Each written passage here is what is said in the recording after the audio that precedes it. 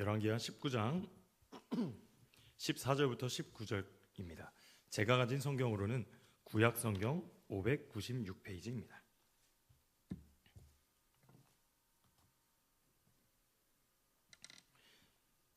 열왕기하 19장 14절에서 19절의 말씀을 한 절씩 교독하도록 하겠습니다. 히스기야가 사자의 손에서 편지를 받아보고 여호와의 성전에 올라가서 히스기야가 그 편지를 여호와 앞에 펴놓고 그 앞에서 히스기야가 기도하여 이르되 그룹들 위에 계신 이스라엘의 하나님 여호와여, 주는 천하 만국의 홀로 하나님이시라. 주께서 천지를 만드셨나이다. 여호와여, 귀를 기울여 들으소서. 여호와여, 눈을 펴서 보시옵소서. 사내립이 살아계신 하나님을 비방하러 보낸 말을 들으시옵소서. 여호와여, 앗수르 여러 왕이 과연 여러 민족과 그들의 땅을 황폐하게 하고 또 그들의 신들을 불에 던졌사오니 이는 그들이 신이 아니요 사람의 손으로 만든 것 곧 나무와 돌뿐이므로 멸하였나이다. 함께 읽겠습니다. 우리 하나님 여호와여, 원하건대 이제 우리를 그의 손에서 구원하옵소서. 그리하시면 천하 만국이 주 여호와가 홀로 하나님이신 줄 알리이다 하니라. 아멘. 오늘 수요예배 가운데 나오신 우리 모든 성도님들 주님의 이름으로 사랑하고 축복합니다. 우리 앞뒤 양옆에 계신 성도님들과 이렇게 한번 인사하면서 예배에 나아갔으면 좋겠습니다. 우리 한번 보시면서 손을 잡으실 수 있으면 손을 잡고 따뜻하게 인사했으면 좋겠습니다. 오늘 예배 가운데 은혜 많이 받읍시다.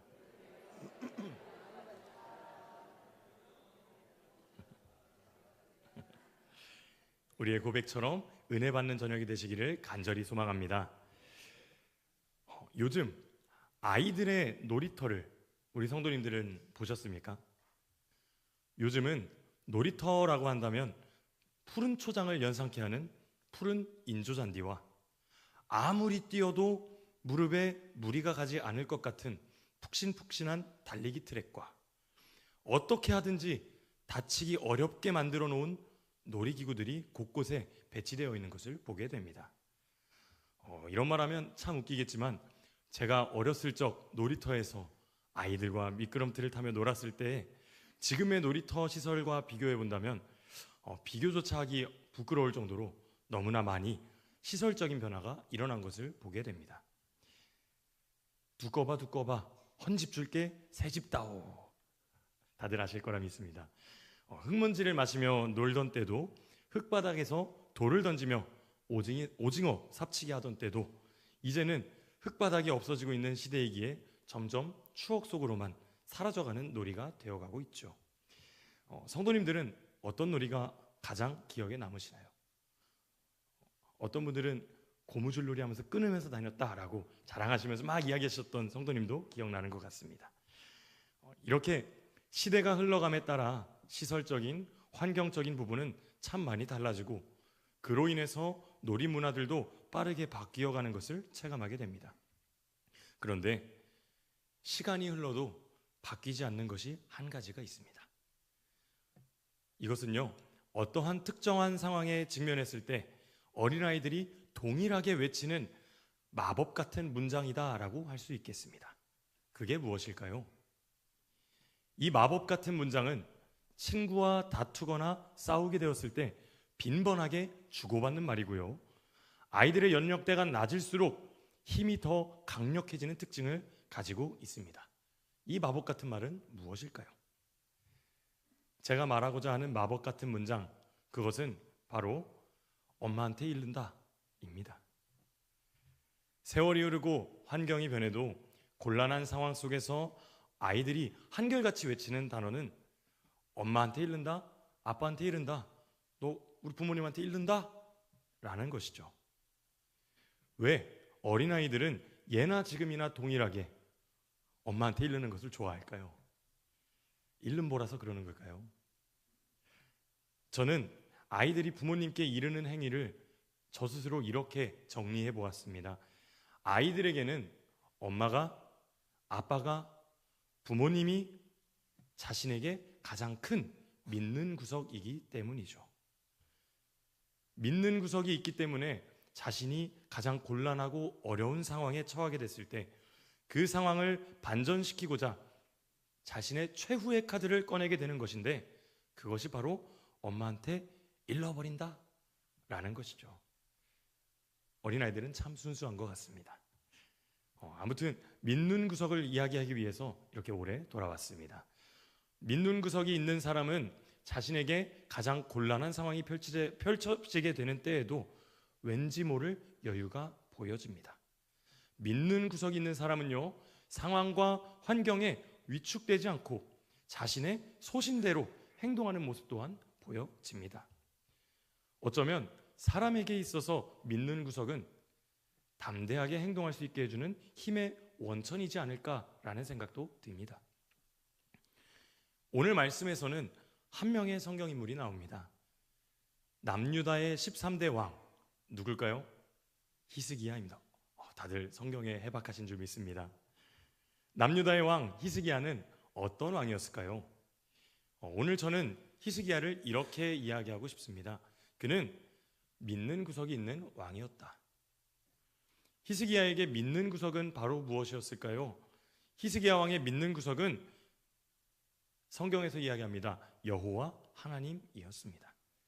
우리 열왕기하 18장 5절 말씀에 어떻게 기록하고 있는지 한번 다 같이 말씀을 통해 읽어보도록 하겠습니다. 18장 5절입니다. 히스기야가 이스라엘 하나님 여호와를 의지하였는데 그의 전후 유다 여러 왕 중에 그러한 자가 없었으니. 아멘.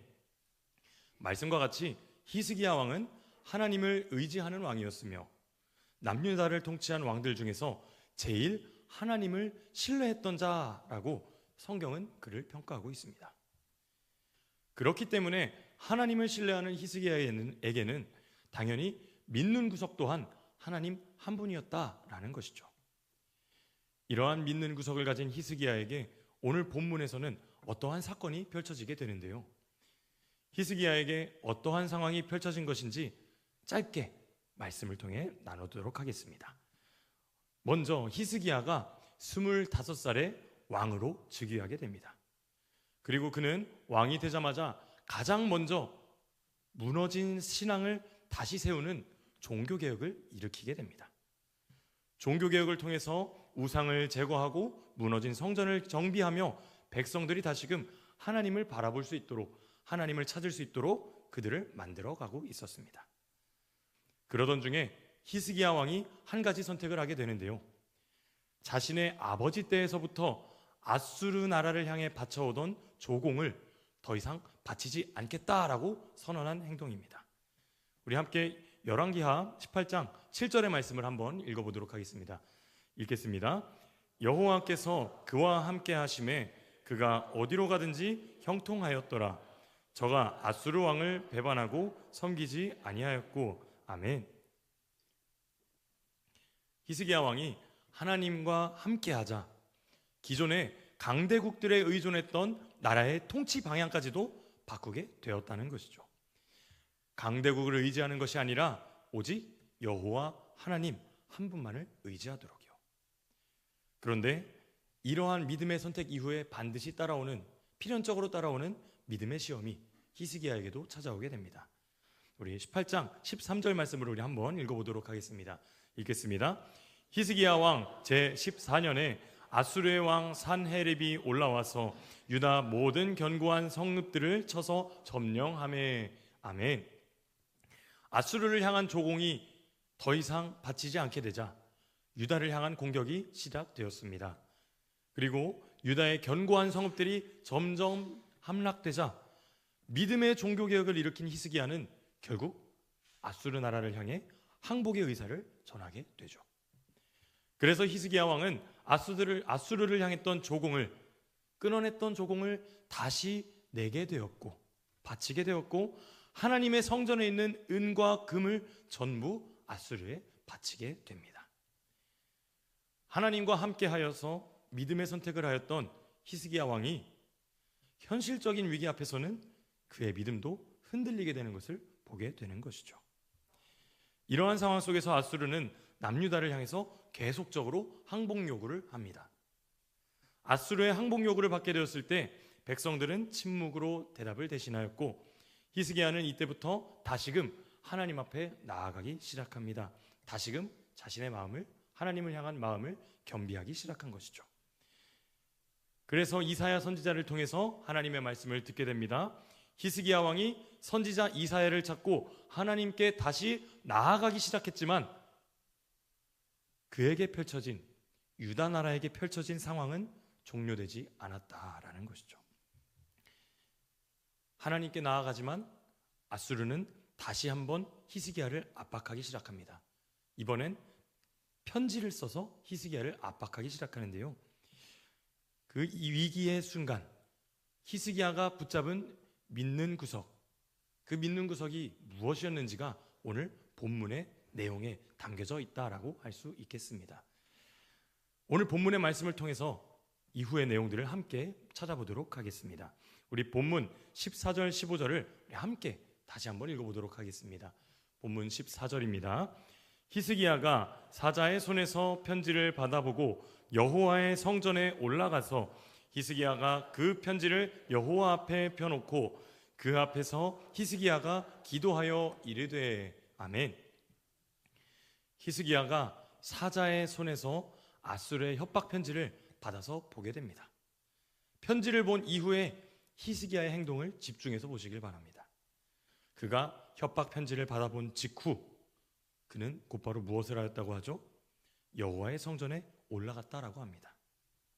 그리고 받아본 편지를 성전에 올라가 여호와 앞에 펼쳐놓고 기도했다라고 성경은 그를 기록하고 있습니다. 처음 아수르의 침공이 있었을 때 히스기야 왕의 대처와는 다른 양상을 보여주고 있는 것이죠. 그때도 여호와 하나님께서 히스기야와 함께 하셨지만 히스기야는 자신에게 닥쳐진 상황에 압도되어서 하나님보다는 사람의 방법으로 아수르 침공을 해결하려 했었습니다. 하지만 히스기야 왕은 한 번의 실수 이후 하나님 앞에 자신을 온전하게 겸비했습니다. 이제는 인간의 방법으로 문제를 해결하는 것보다 그 문제를 하나님께 가져가야겠다라는 선택을 히스기야 왕은 하게 된 것이죠. 마치 어린아이에게 모든 상황을 해결해 줄 부모님이라는 믿는 구석이 있던 것처럼 히스기야에게도 모든 문제를 해결해 주실 수 있는 분은 하나님 한 분이다라는 그 믿는 구석이 있었다라는 것입니다. 그래서 히스기야는요, 더 이상 자신이 문제를 붙잡지 않고 문제를 하나님께 맡기기 시작했습니다. 히스기야가 하나님께 문제를 맡기자 하나님께서는 이후로 어떻게 역사하셨을까요? 이 역사는 우리 3월 야복나루 기도 때 말씀으로 들었던 내용과 같이 하나님이 어떻게 역사하셨냐면 히스기야의 기도를 들으시는 기도 기억나시죠? 들으시고 하나님이 히스기야가 기도했던 문제들을 사람의 방법으로 해결하는 것이 아니라 오직 하나님의 방법으로 해결하는 것을 우리는 보게 됩니다. 그래서 어떻게 되었습니까? 하는 분들이 계실 것 같아 우리 말씀을 한번 찾아보도록 하겠습니다. 열왕기하 19장 35절 말씀인데요. 우리 한 목소리로 읽도록 하겠습니다. 이 밤에 여호와의 사자가 나와서 아수르 진영에서 군사 18만 5천 명을 친지라. 아침에 일찍이 일어나 보니 다 송장이 되었더라. 아멘. 사랑하는 성도 여러분, 우리에게 있는 모든 문제들은 하나님께 내어 맡길 때 비로소 하나님께서 역사하십니다.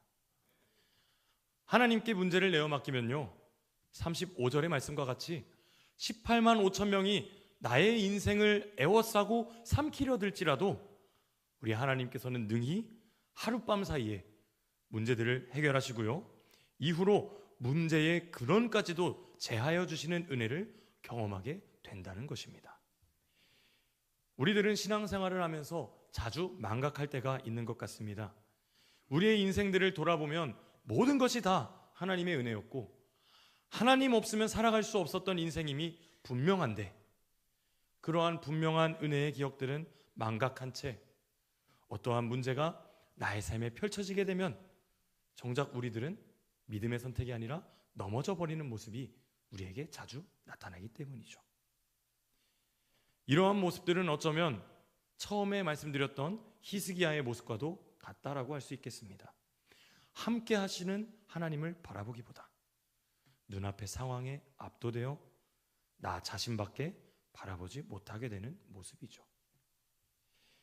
조그마한 문제가 찾아오기만 하여도 그 문제를 주님께 맡기기보다 나의 힘으로 해결하려 하는 모습들, 문제를 내어놓기보다 움켜쥐게 되는 모습들, 어쩌면 이러한 모습들이 하나님께서 우리를 바라보실 때 주님을 온전히 신뢰하지 못하는 모습들로 비춰지고 있지는 않은지 우리는 다시 한번 돌아봐야 될 것 같습니다.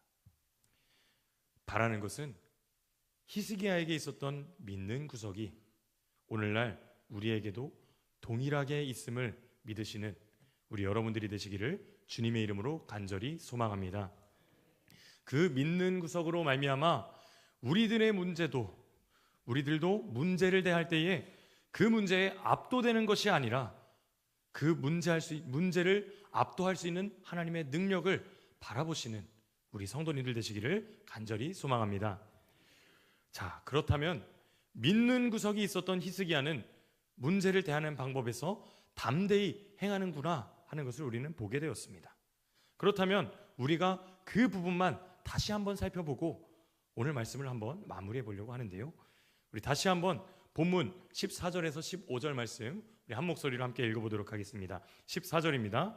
히스기야가 사자의 손에서 편지를 받아보고 여호와의 성전에 올라가서 히스기야가 그 편지를 여호와 앞에 펴놓고 그 앞에서 히스기야가 기도하여 이르되 아멘.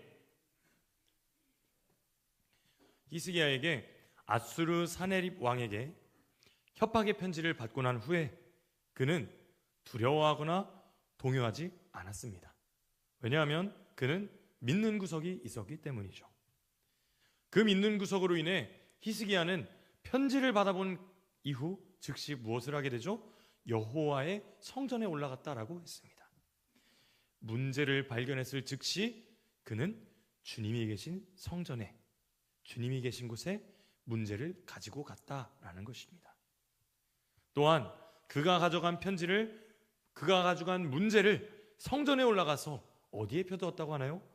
여호와 하나님 앞에, 문제의 해결점 되시는 우리 주님 앞에 펴놓고 기도했다라고 합니다. 오늘 이 히스기야의 행동을 우리는 기억했으면 좋겠습니다.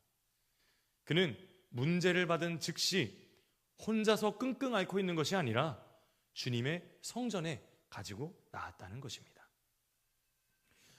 말씀을 듣고 계신 우리 성도님들 또한 문제가 나에게 찾아오게 될 때 그 문제를 주님의 성전에 가지고 나오시는 우리 성도님들 되시기를 바랍니다.